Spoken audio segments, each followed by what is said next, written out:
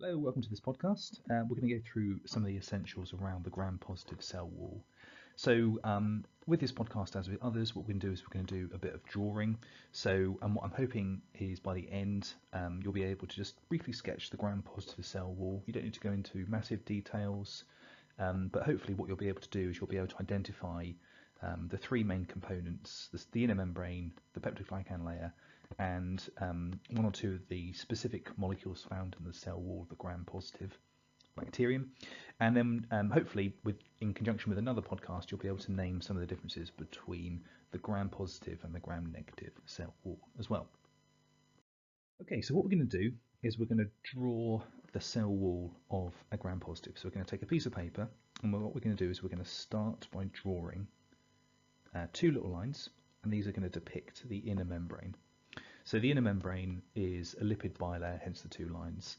And a bit like with other prokaryotes, a bit like with eukaryotes, what the inner membrane does is it seals the cell from water-soluble molecules from getting into the cell very easily. So, in fact, at all, to be honest. The only way that a water-soluble molecule could get into the cell is to pass through transporter proteins. And there are loads and loads of different classes of these transporter proteins that exist. And that's probably a conversation for another day. But what you should know is that solutes really can only pass in and out of the cell if they're carried there by proteins. Now, that's not the case with gases. So gases can diffuse. So oxygen, for example, can diffuse, and things like nitric oxide can diffuse in and out of the cell as well. But otherwise, you've got to be carried into the cell. Fine. So inner membrane, nice and easy. There are loads of different other proteins found on the inner membrane as well, but we're not going to cover those because medically at that point it's become slightly less important. Now, what the cell does have on the outside is peptidoglycan. Now, sometimes myself and other textbooks will just draw it as a kind of brick-like structure that you can see there. We're going to draw something slightly different. And what we're going to draw it as is a series of lines. So this is a slightly simplistic version. Peptidoglycan is actually alternating sugars, which are just called NAG and NAM. And this stands for N-acetyl glucosamine and N-acetyl muraminic acid. The names are not important. What you should just be aware of, though, is that these specific molecules are made inside the cell, and what happens is that they are then transported out of the cell where they go into making the cell wall, and the cell then builds and links all these things together on the outside to form these long strands, effectively, of sugars. And what it does then is it cross-links them with other sugars present. And so what happens is that the peptidoglycan layer eventually becomes cross-linked by a series of strong covalent bonds, which basically helps to keep the cell intact. And the whole reason it does that is because within the cell you have a really strong water pressure pushing out, exerting a really strong force. And without the peptidoglycan, the cell would explode and die. So straight away, thinking about therapeutics, you might think, well, what we could potentially do is if we could prevent this from occurring, then we might actually be able to damage the cell. And you're absolutely right. So antibiotics, which belong to the penicillin class, work by actually damaging the cell wall, and that's a mechanism for another podcast. And there are other antibiotics, for example, like the glycopeptides, which actually work by preventing the synthesis of the building blocks in the first place. So the cell wall becomes starved of building blocks, and it then can't build and repair itself as effectively.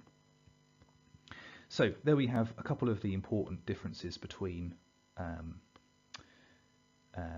couple of the important features of a gram-positive cell wall. What next? Well, I said there are some specific molecules found in the cell wall of a gram-positive, and the important one that you should know is lipoteichoic acid. There is a derivative which is teichoic acid. Both of these act as really strong PAMPs.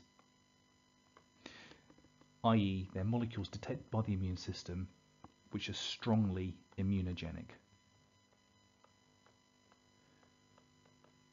And what that basically means is that the immune system mounts a very strong inflammatory response as a result of these. They're arguably outshone in this department by another molecule found in the gram-negatives called lipopolysaccharide. But these are molecules which can sometimes be referred to as endotoxins.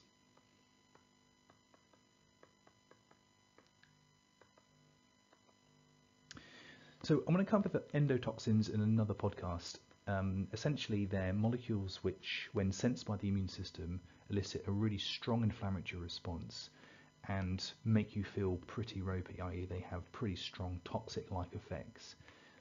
But the molecules themselves are fairly innocuous. They're not enzymes, or they're not capable of doing horrible digestive processes or whatever inside your body. What they do inside the cell wall is they're there mainly for structural stability of the cell wall.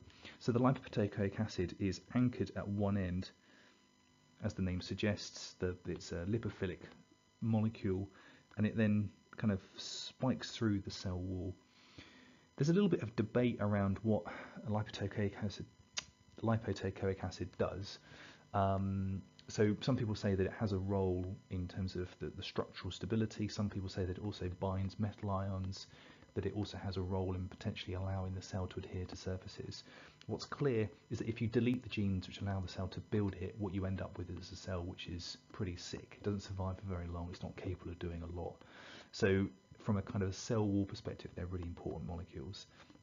The teichoic acid is a molecule which is structurally very similar. The only difference is that it's not found in the inner membrane. So you can kind of think of it as a teichoic acid that's effectively snapped off of its lipid anchor inside the cell. Sometimes people are ask me how it is that this peptidoglycan layer here actually physically attaches to the inner membrane, and what you sometimes get are small proteins, lipoproteins, which sit in this space here, and they have a function at kind of anchoring and binding everything together. The one last thing to say, just to give you a little note, is that there are people that say that the cell wall of the gram-positive is a bit thicker than the gram-negative. And again, this differs quite wildly between different gram-positives, but you could be looking for a cell thickness of between 50 to 100 nanometers. And that can be up to between 2 and 10 times the thickness of a gram-negative cell wall. And that's important because basically what the gram-positive cell wall does is it prevents water from leaking out quite as easily. Water gets effectively locked up in the cell wall, and the cell doesn't dry out as quick. And that's why, as a massive rule of thumb, you get gram-positives on the outside of the body. So Streptococcus, for example, Staphylococcus, can exist on the skin for short times, whereas gram-negatives generally don't. Okay, that's all. Next podcast, or another future podcast, will be about the gram-negative cell wall. Thank you.